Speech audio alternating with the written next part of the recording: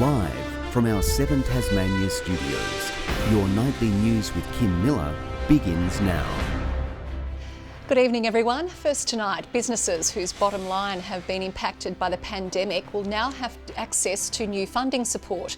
It follows more than 1,200 infections today. The Public Health Director conceding he's unsure when we'll reach our peak. Tasmanian businesses crippled after being left without staff, some making the heartbreaking decision to temporarily close. Support is now available to them if their turnover has dropped by 30%. Funding of up to $5,000 will be available to eligible businesses depending on their business size, and support of up to $5,000 will also be available for those businesses that experience an unavoidable loss due to spoilage of perishable goods. $10 to $15 million is up for grabs through the Business Tasmania website, with the eligibility from the day borders opened in December until January 14. If we need to, we will continue to roll out supports and we'll review this again in early February. But Labor says it's taken too long. Incredible that the government has waited this long to announce its support package for business across Tasmania. We've been here before. Businesses have suffered tremendously through the ups and downs of the economic disruption of COVID. Community organisations also benefiting. Tascos given $100,000 to distribute. Organisations can apply for funding of up to $4,000, and that's to purchase personal protective equipment and rapid antigen tests. They can actually start applying from today, and we'll be able to make those assessments hopefully next week and get the money out as soon as possible. Key industries are now able to apply to WorkSafe for an exemption for an employee who is deemed a close contact but is COVID negative to be able to return to work. They are required to return home to their quarantine circumstances at the end of their day, so it's not permissible for them to stop off at the grocers on the way home. But the Tasmanian Transport Association is concerned about how long the approval process will take. I sincerely hope that it is a very quick and simple process, because businesses who are in a desperate circumstance can't wait a couple of days to hear back as to whether or not an approval has been granted. It comes as the state recorded just over 1,200 new infections and 10 people are in hospital being treated for the virus. And there's no way of telling if we've hit the peak of cases. I couldn't tell you with confidence whether it will go down or whether it will go up again in the coming days. Elizabeth O'Neill, 7 Tasmania News. Another of the state's major hospitals has escalated its COVID plans as its workforce is hit by COVID. Staffing issues are compounding problems at the Northwest Regional Hospital as the area bears the brunt of the virus. The pandemic hit the Northwest first and hardest. Nearly 2 years later, the community is still being battered. Our health service is really on the brink and only just hanging in there, unfortunately. Health professionals say the situation is dire, with the Northwest Regional Hospital now entering escalation level 3.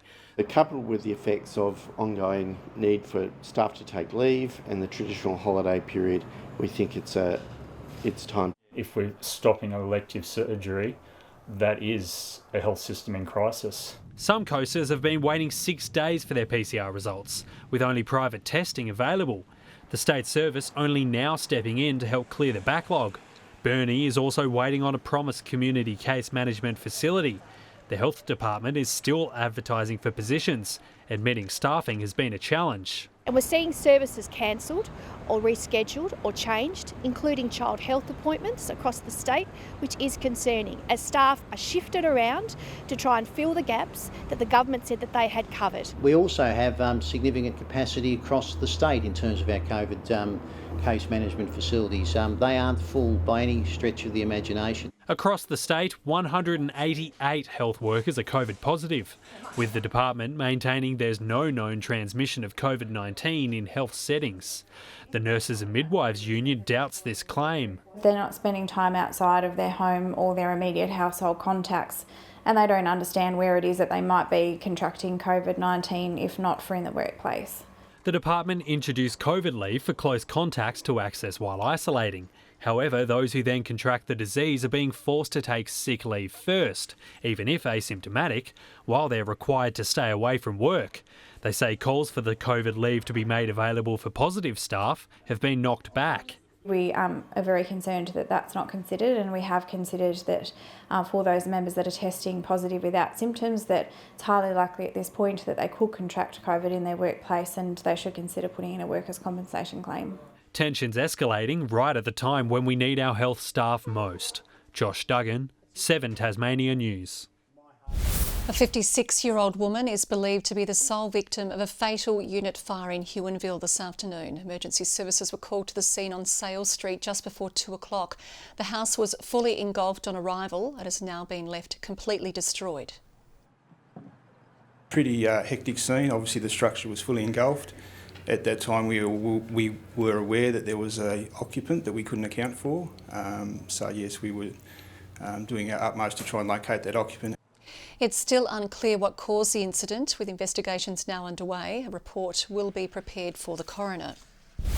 Police say speed may have been a contributing factor in a fatal crash in Longford. 39-year-old motorbike passenger died at the scene, which also involved a truck. The driver of the bike, a 53-year-old man, was taken to the Launceston General Hospital with serious injuries. The truck driver suffered no physical injuries. Police are searching the Devonport area for the offender in a stabbing incident. A man received multiple injuries to his upper body and leg from a sharp item and was transported to the Launceston General Hospital with non-life-threatening injuries. The incident occurred around 1:30 this afternoon on Morris Street. It's believed the pair is known to each other. Well, after weeks of anticipation, Tasmania's date with the Ashes has finally arrived, with the 5th and final test beginning at Blunston Arena. Locals answering the call to turn out in force, thousands heading to the venue to witness Tasmanian sporting history. As turnstiles opened on the stroke of 1 p.m, a state's moment of cricket history was underway. Blunston Arena has hosted test matches for 33 years, but none have been bigger than this. Local fans waiting a lifetime. Been a cricket Tas for 50 years and I've been waiting 50 years for this to happen. They came from far and wide, those venturing across the River Derwent by ferry, receiving a musical welcome. The Waterfront Hotel, a popular place to start the day. English fans making their presence known, with the damp conditions giving their beleaguered supporters some hope. A little bit of a damp deck, there's a lot of grass on it. It is a batter's paradise normally. Inside the ground, family and friends gathered together. The fashion a mixture of style and outlandish. These local fans showing their love for former captain Tim Payne. Cricket Tasmania excited by the opportunity to host. It's really history being made, and we're now going to be part of history in what's the world's greatest sporting rivalries. Aussie fans hoping to finish a successful series in style. I reckon it's going to be pretty good. Hopefully Australia will win. Based on performance to date, they are, if you're a betting person, you'd be putting your money on Australia. Others having divided loyalties. Because I'm English, but my whole family's Australian. These brothers bitter rivals for the next 5 days.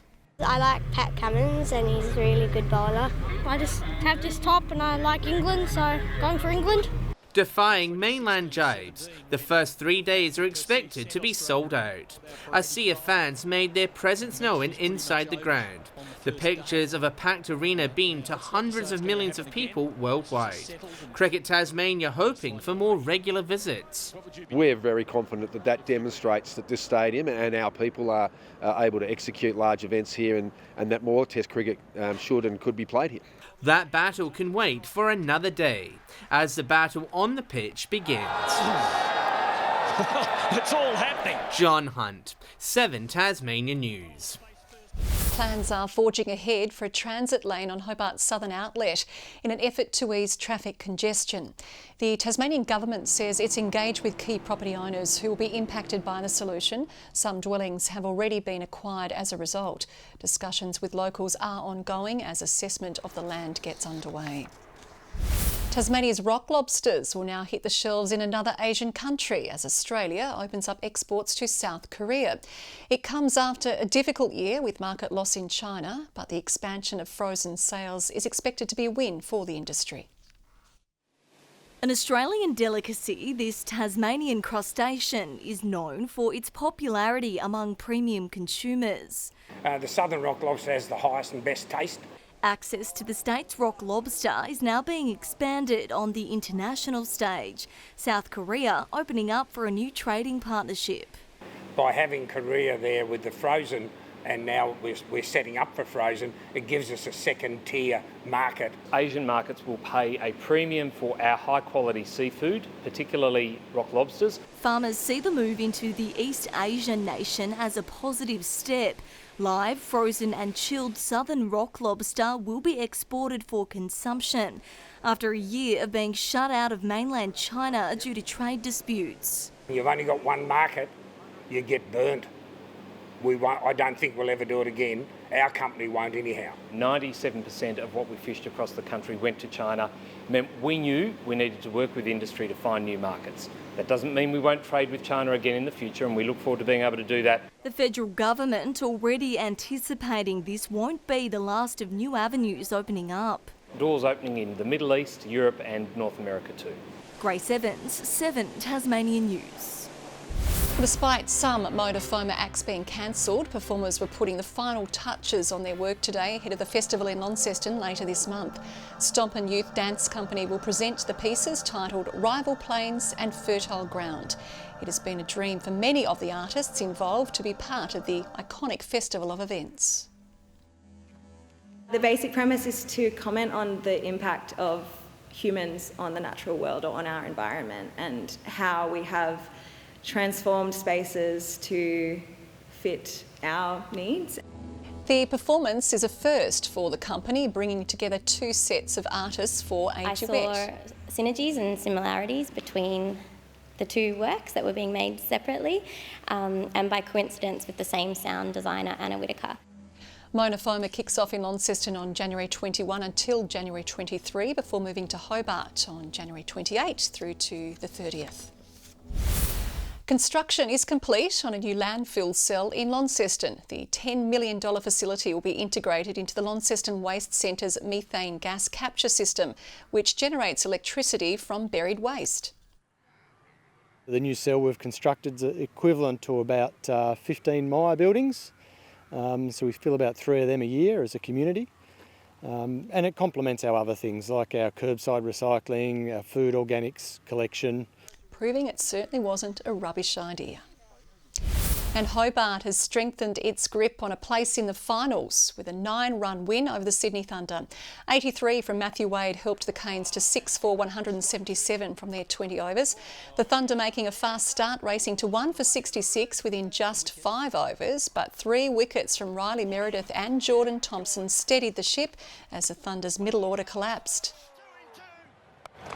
Oh, that's been a contact, but he might have hit it straight to the fielder in the deep. Darcy short, settles underneath. The Thunder only able to muster 168 from their innings. Hobart is next in action against the Renegades in Melbourne on Tuesday. Good evening. Hobart at top of 22 today. Launceston reached 24, Burnie 19 and Devonport 21. Grove and Ouse 25, Flinders Island 24, King Island along with Friendly Beaches reached 23, Strawn and St Helens 22 today. Extensive cloud right over the state. Grey and Wynyard 8 millimetres in the 6 hours to 3 p.m. Cloud has also gathered over the east and south coastlines of the country with plenty over the northwest due to a deep tropical low. Tomorrow, a high builds over the Bight, myriad troughs and lows over the mainland. East-northeasterlies at first tomorrow at 10 to 20 knots and up to 30 knots over the south. A westerly shift will occur during the day at 15 to 20 knots. We have a strong wind warning in the south that's been issued for the southwest coast. Forecast for tomorrow, Hobart humid with a chance of showers mainly in the afternoon and evening. Maydena a shower or two and 26 for Oatlands, a humid day with showers. Launceston a shower or two, 27 the top, 25 the high for Devonport, 23 Lyawini. Burnie, humid and showery. Those showers will ease later in the day. 26 the top, 22 for Strawn, a shower for Marrawar and 19 degrees the maximum. 27 for St Helens. Swansea, humid and showery, 26 and 25 for Orford. UV reaching an extreme 11 tomorrow. Fine and partly cloudy on Sunday. Launceston and St Helens searching for 27. To Monday, fine and partly cloudy, a 20 to 30% chance of a shower for most. And on Tuesday, another fine partly cloudy day. Temperatures expected to be below average. Sunny in Perth, 28 in Adelaide, a light shower clearing from Melbourne, possible storms over Canberra and Sydney, a sunny day in Brisbane. Cloudy in Hobart, it's 20 degrees, 22 in Launceston, Devonport cloudy and 20. I think we're going back to the cricket, Kim. See if we can pronounce Blunston or Blunstone Arena the right way. What do you say? Well, it's Blunston Boots, of course. Thanks very much, Murph. That is your news for now. Thanks for joining us this evening. Have a great weekend.